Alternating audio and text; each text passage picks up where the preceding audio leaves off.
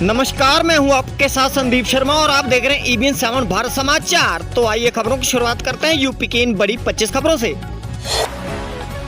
अयोध्या में सुरक्षा और सफाई की सीसीटीवी से होगी निगरानी, पूरे शहर में लगे 1324 कैमरे।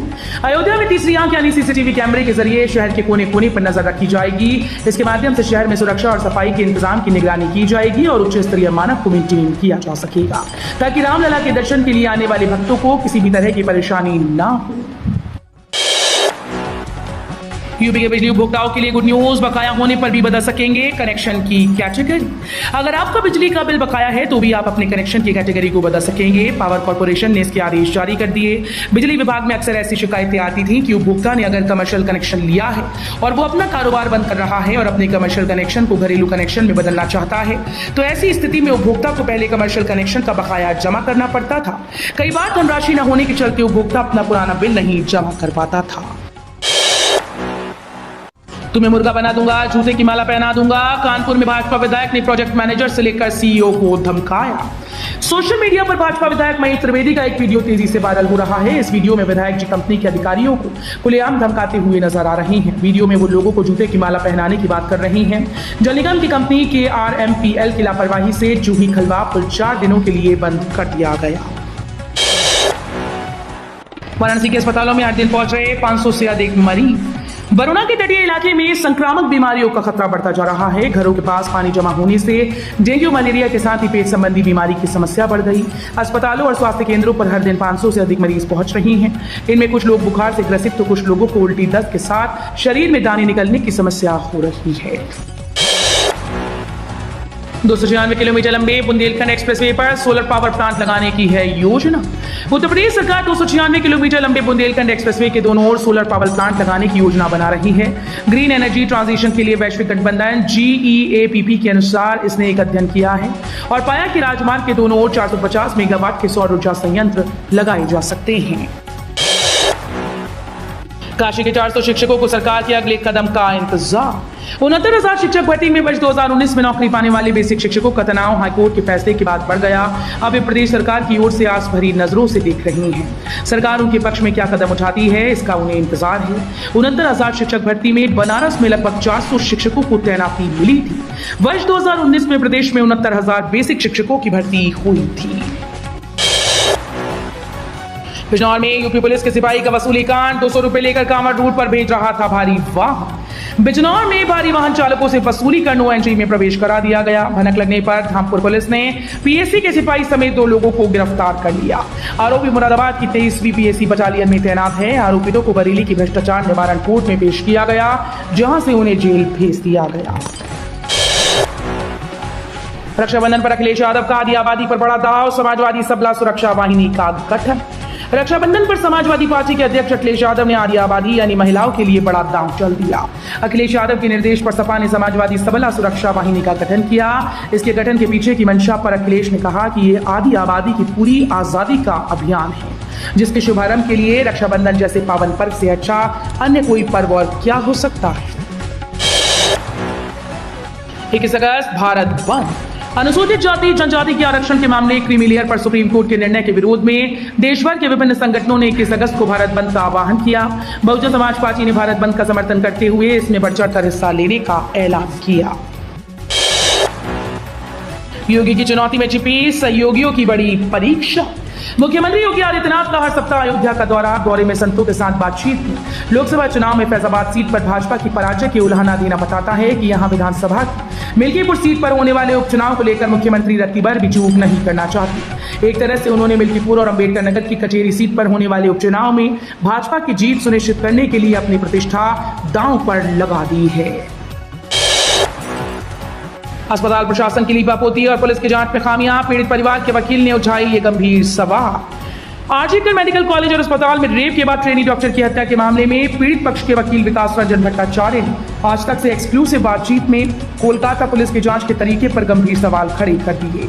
उन्होंने कहा कि कोलकाता पुलिस इस केस में जिस ढंग से जांच कर रही थी उसको लेकर हमारी शिकायत थी, इसलिए यह मामला सीबीआई को ट्रांसफर किया गया है। कलकत्ता हाईकोर्ट ने सीबीआई को जांच का जिम्मा सौंपा है। अब हम इंतजार कर रहे हैं कि केंद्रीय एजेंसी क्या नतीजे निकालेगी। धर्म की दीवार गिराई, हिंदू बहनों से मुस्लिम भाइयों ने राखी बंधवाई। कुछ मुस्लिम भाई और बहनें निवर्तमान काम प्रधान मुनेश देवी के आवास पर पहुंचे। हिंदू बहनों ने मुस्लिम भाइयों और मुस्लिम बहनों ने हिंदू भाइयों को राखी बांधी। भाइयों ने रुपए दिए तो बहनों ने लेने से मना कर दिया। उपहार स्वरूप पौधे ही लिए। निरकोड़ा गांव में धन की दीवार गिराते हुए हिंदू मुस्लिम भाई बहनों ने रक्षाबंधन का पावन पर्व मनाया। उपहार स्वरूप रुपए नहीं, केवल पौधे दिए। पहली बार चर्च में सिस्टर ने फादर को बांधी राखी। बहनों को भाइयों ने दिया रक्षा का वचन। बिजली की तरह लचक रही हैं लच्छे, भाई के हैं बांधी चमकती राखी। फराग गोरखपुरी का ये शेर महागिरजाघर में साकार हुआ। देश में पहली बार काशी में ईसाई समुदाय ने रक्षाबंधन का पर्व मनाकर धर्म संस्कृति की नगरी में एक नया रंग छोड़ दिया। 40 धर्म बहनों ने पहली बार भाइयों की कलाई पर राखी बांधकर भाई बहन के रिश्ते को मजबूत किया। कैच पर हाईकोर्ट की तल्ख टिप्पणी। इलाहाबाद हाईकोर्ट ने केंद्रीय प्रशासनिक अधिकरण की ओर से पारित एक आदेश की कड़ी आलोचना की। कोर्ट ने कैट के आदेश को रद्द करते हुए कहा कि कर्मचारी के हक में बने कानून पर फैसला देना अदालत का काम है, एहसान नहीं।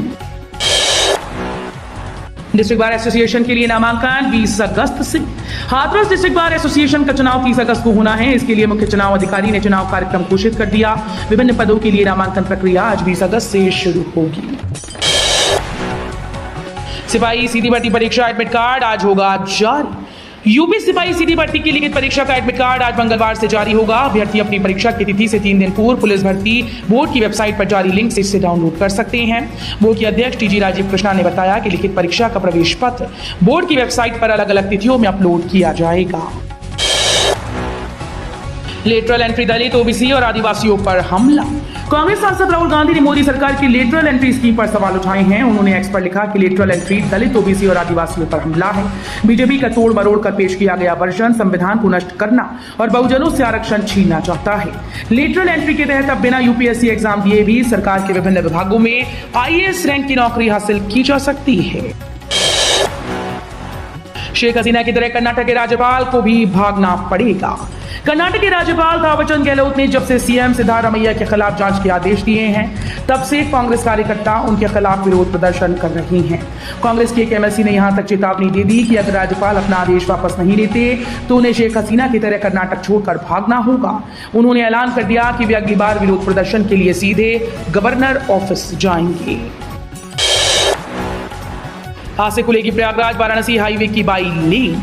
सावन का पावन महीना सोमवार को समाप्त होने के साथ ही प्रयागराज वाराणसी हाईवे की बाई लेन पर आज मंगलवार से आमजन का आवागमन शुरू हो गया है। प्रयागराज वाराणसी हाईवे की बाई लेन सावन के महीने में कांवड़ियों के लिए आरक्षित की गई थी और उस पर आमजन की आवाजाही हेतु प्रतिबंध लगा हुआ था। इस वजह से सिर्फ एक लेन से ही आमजन आ जा रही थी। राउंड 1 रजिस्ट्रेशन विंडो आज होगा बंद। इस डेट को आएगा सीट अलॉटमेंट का रिजल्ट। मेडिकल काउंसिल कमेटी आज 20 अगस्त को राउंड 1 के लिए NEET UG counselling registration window बंद करेगा। ऐसे में अभी तक नीट यूजी परीक्षा में सफल जिन स्टूडेंट्स ने काउंसलिंग के लिए अप्लाई नहीं किया, आज रात 12 बजे से पहले तक रजिस्ट्रेशन कर सकते हैं। इस दिवाली लखनऊ में पूरा करें अपने घर का सपना।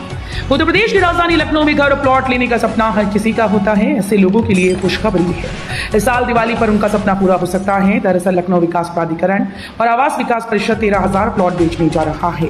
एलजीए 9,000 और आवास विकास की तरफ से 4,000 प्लॉट लॉन्च किए जाएंगे। इसको लेकर तैयारियां शुरू हो गई। बार बार पटरी से उतर रहा बेसिक शिक्षकों के तबादलों का कैलेंडर। बेसिक शिक्षकों के अंतर जनपदीय तबादलों और समायोजन का कैलेंडर पटरी से उतरता जा रहा है। तबादलों के लिए तीसरी बार जारी टाइम टेबल भी जटिलताओं में फंस गया। सभी जिलों को रविवार तक सरप्लस शिक्षकों की लिस्ट अपलोड करने के निर्देश दिए गए थे।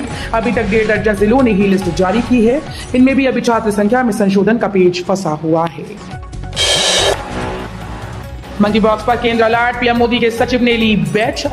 विश्व स्वास्थ्य संगठन द्वारा मंकी पॉक्स को लेकर चेतावनी जारी करने के बाद भारत सतर्क हो गई है। पीएम मोदी के प्रधान सचिव पीके मिश्रा ने इस मुद्दे पर उच्च स्तरीय बैठक की। इस दौरान उन्होंने अधिकारियों को सावधानी बरतने के लिए सचेत किया और तैयारियों की समीक्षा की। अफ्रीकी देशों में मंकी पॉक्स तेजी से फैलता जा रहा है।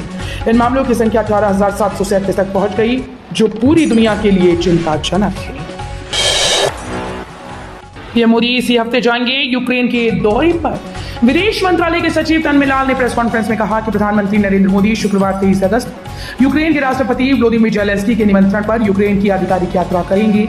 उन्होंने कहा कि एक महत्वपूर्ण और ऐतिहासिक यात्रा भी है, क्योंकि हमारे राजनयिक संबंधों की स्थापना की 30 से अधिक वर्षों में ये पहली बार होगा जब कोई भारतीय प्रधानमंत्री यूक्रेन का दौरा करेगा। उमर अब्दुल्ला ने कहा सरकार बनी तो अनुच्छेद 370 वापस लाएंगे। नेशनल कॉन्फ्रेंस ने जम्मू कश्मीर में विधानसभा चुनाव के लिए अपना घोषणा पत्र जारी कर दिया है। पार्टी उपाध्यक्ष उमर अब्दुल्ला ने घोषणा पत्र जारी करते हुए जम्मू कश्मीर के लोगों से कई वादे किए।